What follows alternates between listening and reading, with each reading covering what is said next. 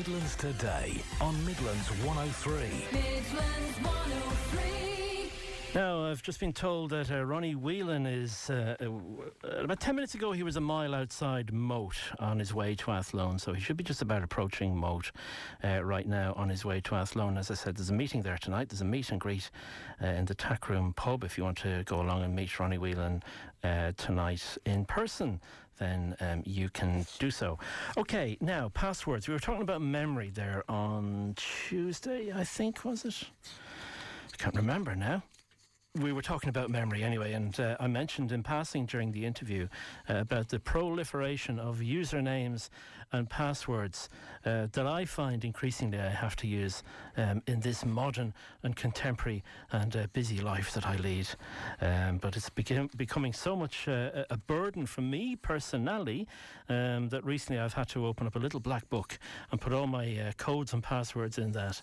And I do keep it locked in a safe, but it's I need it there just as a reassurance because I just cannot remember passwords and usernames in the way I used to, just because we've got so many of them. But anyway, we're talking about passwords, especially now in this computer age, and how safe they are, and the various passwords that we use, we rely on, the old reliables perhaps sometimes, which perhaps can be a little bit too obvious to people who would like to gain access to our information, people we would rather not have access to.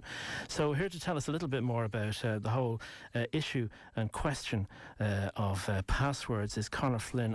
He's a technical director with RITS, Rits Information Security. Good morning to you, Conor. Good morning, Adrian. Passwords, we can be, I suppose, being human, we can be a little bit lax sometimes in the codes and the passwords we allocate.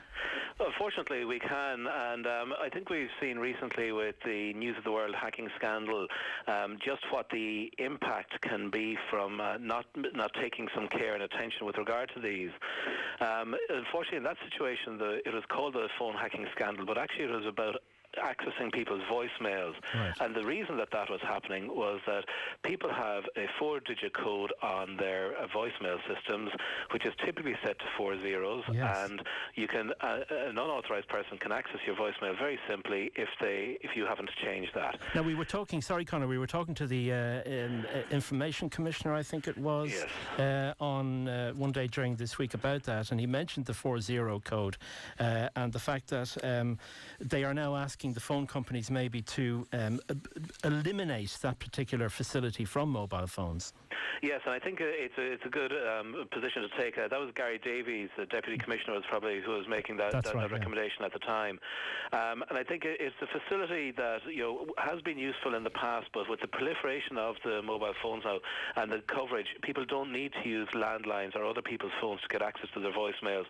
So the easiest way to cover that threat is remove it altogether. But in the meantime, I know that Vodafone and some of the other carriers have been in contact with their customers here in Ireland via text message, advising them on, first of all, you should change it, and secondly, the instructions on how to. I think it's a very important point for any of your listeners today who haven't changed their voicemail codes to do that, because more and more people are aware of the issue now, and then we're more susceptible. And I think it's brought into focus the whole issue of the use of these 4-digit pins. And we're familiar today that we have these in a number of different areas in our lives. We've got them in our alarm systems at home when you go in the door in the evening.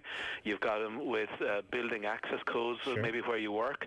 You've got your ATM cards, your Visa cards. You've got them on your mobile phones for the SIMs, for the lock codes. So there's a proliferation of them, and because there's so many, people either tend to leave them at the defaults like zeros or set them all to be the same and something that people remember. Or something very obvious. Now, just give us maybe an idea of some of the howlers, if you like, or the worst offenders in terms of the old reliables that people fall back on and that perhaps criminals would know as well. Okay, there's a very good survey carried out using a piece of iPhone software recently, and 98.8% of the pins that people were using were in the commonly, these these 5 common ones. The first was 4 zeros, which people should be shot for. But then there's the ones that are going up and down the numeric keypad, maybe 2580, which is a straight line up and down. Okay. There's 5683, which is spelled love. Okay. And because people must remember as well, the letters that are associated with the numbers on the keypads, people can use maybe their first 4 letters of their name or something like that. Easy to remember, but also easy, unfortunately, for the criminal out there. There was other ones like 111, 1234, 123456, where it was a longer one. Okay. So it does seem ridiculous, I know, but it does when you're looking at it in the cool light of day. Yeah. But unfortunately, when people are trying to think of something that they'll remember, and I said part of the problem here is the number of them that we have in our life today, and it's easy, first of all, to pick something that's easy to remember, but then change them all to be the same. So there are issues there. On some of these systems, for instance, your smartphones and things like that now, you can actually choose to use a password instead of just a 4-digit numeric passcode. So that's something that people should think about, is putting in a password and something that will be easy for them to remember. Yeah. And that leads us on, I suppose, to where you started the interview, was the proliferation of user IDs and passwords that you have, and we all have them in our life today. We've got maybe a computer system in our workplace, a computer system in our home.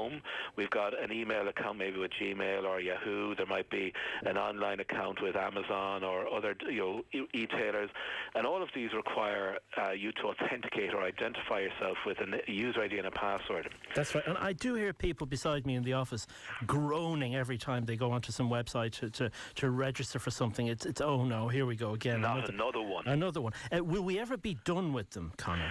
I think not, and part of the problem is that it's convenient. If you were to only ever be using your computer in one place, you could look at the companies investing maybe in a little bit of hardware for maybe fingerprint scanning or retina scanning, or a reader for a smart card or something. But one of the convenience of the internet and these systems today is that we want them to be portable. We want to be able to go to a friend's house and log on and check our email. We want to be able to do it in a library, in an internet kiosk in the airport, or on our mobile phones. So we want to be able to access all our information in all our places at the same time. So you've got all these different devices to use. Sure.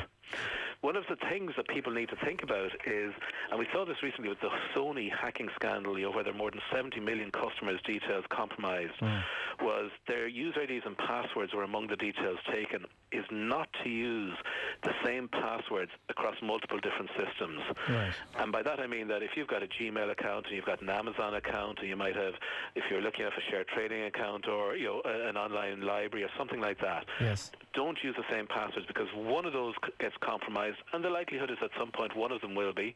They will then have access to all your other systems as well that you log on to. Sure. Just very quickly before we finish, Conor, I hear people say, oh no, I'd never do any internet banking in a Wi-Fi hotspot. I'd rather do it on my wireless system at home. Is there any difference between accessing your private information in public as opposed to at home? Is there any sense in that difference? There is, and you touched on a very important point there, and that's your internet banking. Something like a secure service delivered by a financial institution for online banking, it won't make a difference. If you're doing something in a Wi-Fi hotspot or anything, they have to assume the least level of security. Where there can be a difference is accessing your email or other systems that might have less security attached to them, because you don't know what's happening at the Wi-Fi hotspot wherever you might be. Right. So it's better at home, but I wouldn't be concerned from a consumer perspective about using secure systems like online banking from Wi-Fi hotspots. Okay, and if the little padlock symbol appears on your screen, is that still a pretty good indication that you're in a secure zone? It is. Now that will indicate that you're on a secure website. Yeah, okay. So that shows you, and particularly if on the newer browsers you see a green symbol in the address bar at the top of your browser, that'll show you that the entity that you're connecting to really is who they say they are, okay, as well as it being a secure link.